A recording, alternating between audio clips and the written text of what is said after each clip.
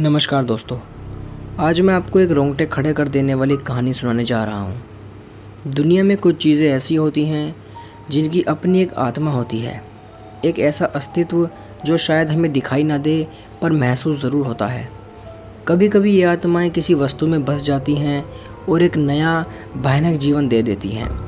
ऐसी ही कहानी है शैतानी गुड्डे की, जिसने आदित्य के जीवन में प्रवेश किया और उसके परिवार के अस्तित्व को हिला कर रख दिया। आदित्य एक 21 साल का युवा, जिसकी दुनिया पुरानी चीज़ों और भली बिसरी कहानियों में सिमटी हुई थी। वह शहर की भीड़भाड़ से दूर अपनी पुश्तैनी हवेली में रहता था, जहाँ की हर दीवार पर इतिहास की गूंज सुनाई देती थी। आदित्य को खासकर पुराने खिलौने इकट्ठा करने का शौक़ था। उसे लगता था कि हर खिलौने के पीछे एक कहानी छिपी होती है। यह शौक़ उसे अक्सर शहर के उन कोनों में ले जाया करता था जहाँ पुरानी चीज़ों की दुकान हुआ करती थी। एक शाम आदित्य शहर के एक ऐसे ही अंधेरे गलियारे में मिस्टर शर्मा की एक एंटीक की दुकान में पहुंचा। दुकान के अंदर घुसते ही एक अजीब सी ठंडक ने उसे जकड़ लिया। धूल भरी अलमारियां पर अजीबोगरीब मुखौटे, टूटी हुई गुड़ियाँ और पुरानी किताबें रखी थी। मिस्टर शर्मा एक दुबले पतले बूढ़े व्यक्ति थे, जिनकी आंखों में एक रहस्यमयी चमक थी, मानो वो दुनिया के कई कोनों के सच जानते हों। आदित्य की नज़र दुकान के सबसे अंधेरे कोने में रखी एक लकड़ी के गुड्डे पर पड़ी। गुड्डा करीब 2 फुट लंबा था।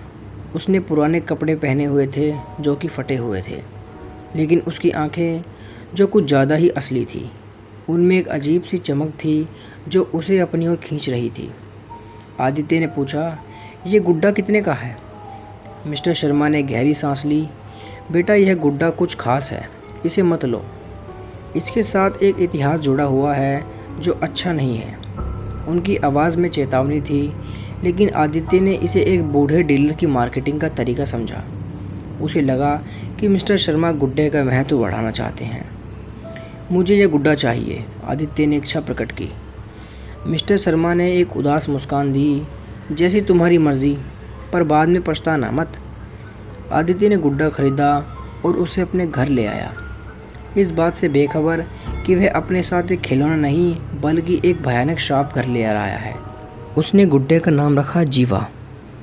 हवेली पहुंचकर आदित्य ने जीवा को अपने कमरे में किताबों की अलमारियों के पास एक स्थान पर रख दिया। उसे नहीं पता था कि उस पल से उसके जीवन में आतंक का अध्याय शुरू हो चुका था। कुछ दिन बाद सब सामान्य लगा, लेकिन धीरे धीरे हवेली में अजीबोगरीब घटनाएं होने लगी। रात के सन्नाटे में आदित्य को कभी फुसफुसाने की आवाज़ आती तो कभी कदमों की आहट, मानो कोई उसके कमरे में टहल रहा हो। अक्सर उसे लगता कि दीवारों से हल्की खरोंचने की आवाज़ आ रही है, जैसे कोई नाखून से दीवार पर निशान बना रहा हो। वह शुरू में इसे हवेली की आवाज़ें या अपनी कल्पना समझता था, लेकिन चीज़ें तब ज़्यादा अजीब हो गई जब वस्तुएं अपनी जगह से हिलने लगी। सुबह उठता तो देखता कि उसके कमरे में किताब किसी और बिस्तर पर पड़ी हुई है, कभी मेज पर रखी हुई है, या कभी घड़ी पर, या कभी किताब ज़मीन पर मिलती। एक बार तो उसकी पानी की बोतल जो भरी हुई थी खाली होकर ज़मीन पर लुढ़की मिली। आदित्य ने अपनी बहन नेहा को इस बारे में बताया। नेहा, जो आदित्य से 2 साल बड़ी थी और ज़्यादा व्यवहारिक थी, उसे भ्रम या लापरवाही के बारे में बताया। "आदित्य, तुम चीज़ें कहीं भी रखकर भूल जाते हो और फिर कहते हो कि वे अपनी जगह से हिल गई," नेहा ने उसे समझाया। लेकिन आदित्य को पता था कि ये सब नॉर्मल नहीं है। रात में आदित्य को लगता कि जीवा की आंखें उसे घूर रही हैं। उसमें एक अजीब सी चमक थी जो पहले नहीं थी। कभी कभी उसे लगता कि गुड्डे का सिर थोड़ा सा घूम गया है और उसकी उंगलियों पर थोड़ी मुड़ गई हैं। वह खुद को यह कहकर समझाता कि यह रोशनी का कमाल है या नींद का असर है। एक रात आदित्य को अपने बिस्तर पर लेटे हुए एहसास हुआ कि कमरे का तापमान अचानक गिर गया है। उसे एक अजीब सी ठंड महसूस हुई, जैसे कोई अदृश्य शक्ति उसके पास से गुजरी हो। उसने अपनी आंखें खोली और पाया कि जीवा जो अलमारी में रखा था अब उसके बिस्तर के पास ज़मीन पर पड़ा है। आदित्य के रोंगटे खड़े हो गए। उसने कांपते हाथों से गुड्डे को उठाया और वापस अलमारी में रखा। उस रात उसे नींद नहीं आई। वह पूरी रात बिस्तर पर बैठा रहा और गुड्डे को घूरता रहा। उसे लगा कि गुड्डे की आंखों में एक भयानक मुस्कान छिपी है।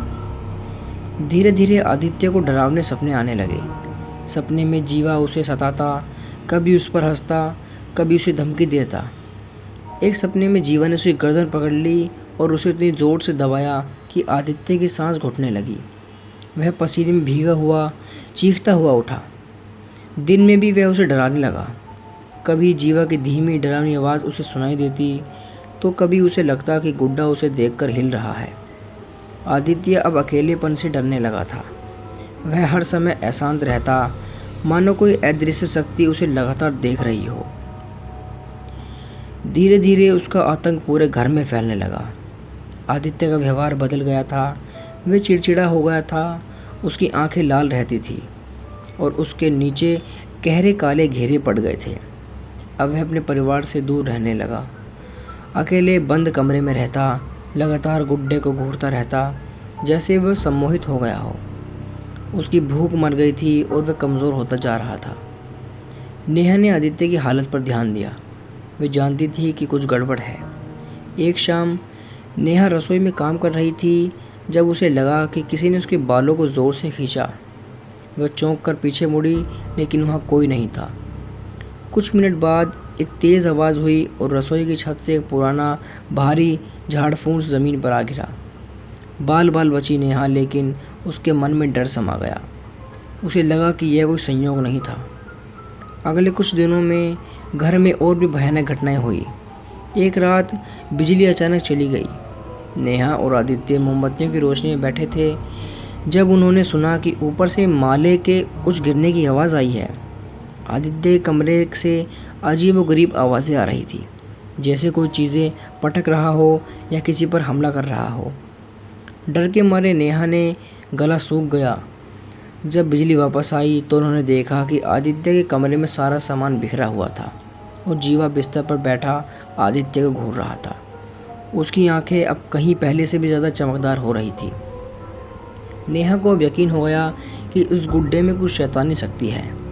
एक दिन आदित्य अपने कमरे से चीखता हुआ निकला। जब नेहा उसके पास पहुंची तो उसने देखा कि आदित्य के हाथों पर गहरे निशान थे, जैसे किसी ने उसे नोच दिया हो। जीवा, उसने किया, आदित्य ने कांपते हुए कहा। नेहा ने उसके हाथों को देखा और फिर जीवा की ओर घूरी। उसकी आंखों में अब डर के साथ साथ गुस्सा भी था। आदित्य को अब दीवारों पर एक कागज़ पर अजीबोगरीब संदेश लिखे हुए मिलने लगे। कभी तुम मेरे हो तो कभी कोई नहीं बचेगा, और कभी सिर्फ खेल शुरू, जैसे शब्द खून जैसे लाल रंग से लिखे होते। ये संदेश उसके बिस्तर के पास की दीवार पर, उसकी किताब के पन्नों पर और यहाँ तक कि उसके तकिए पर भी दिखाई देते।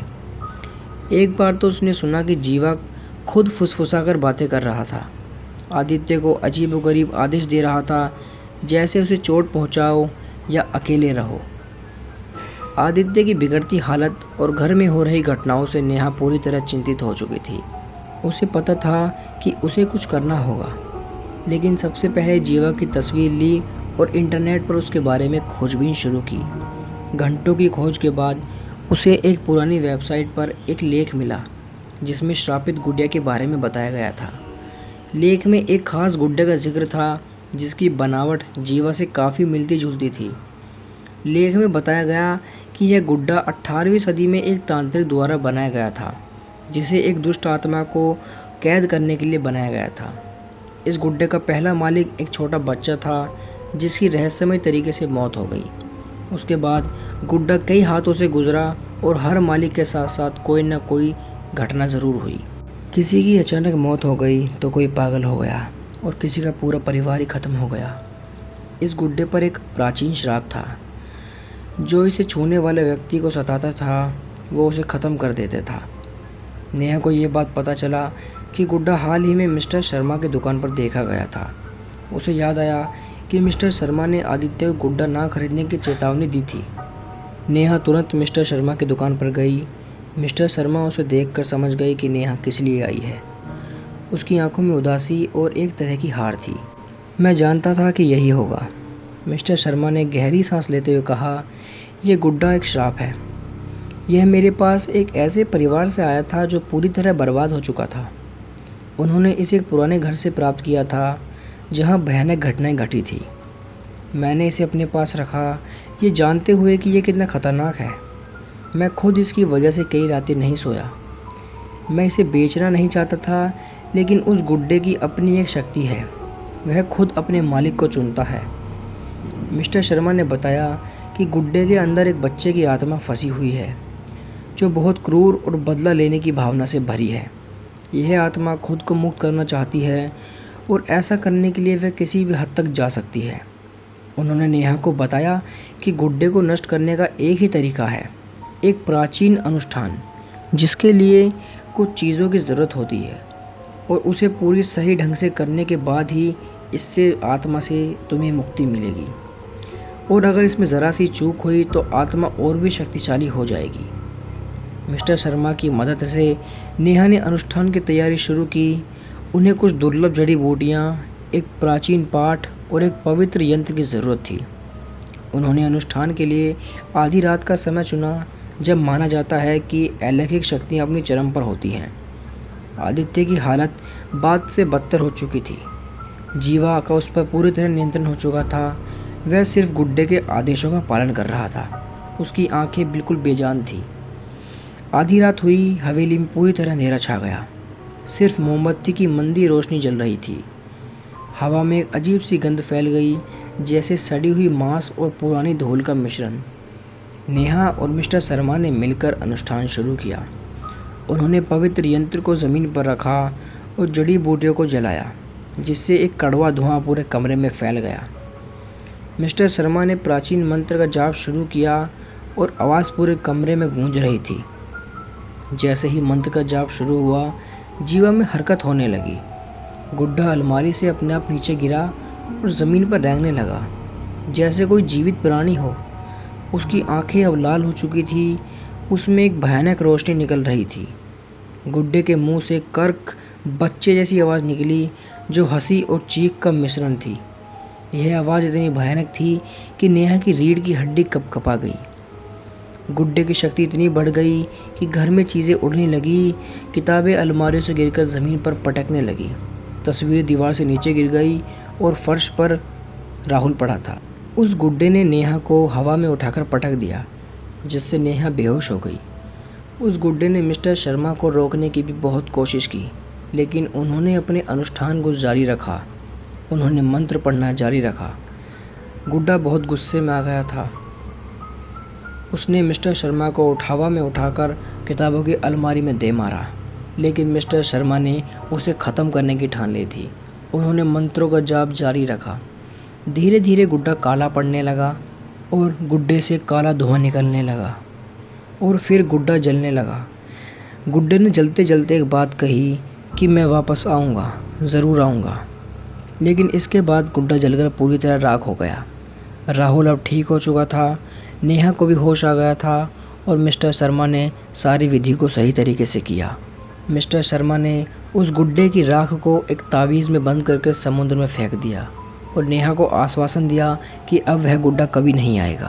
उसके बाद से नेहा और राहुल ने उस जगह को हमेशा के लिए छोड़ दिया और कहीं शहर में दूर जाकर रहने लगे। अगर आपको ये कहानी अच्छी लगी तो वीडियो को लाइक कीजिए और हमारे चैनल को सब्सक्राइब ज़रूर कीजिए और कमेंट में बताइए कि आपको वीडियो कैसी लगी। तब तक के लिए नमस्कार।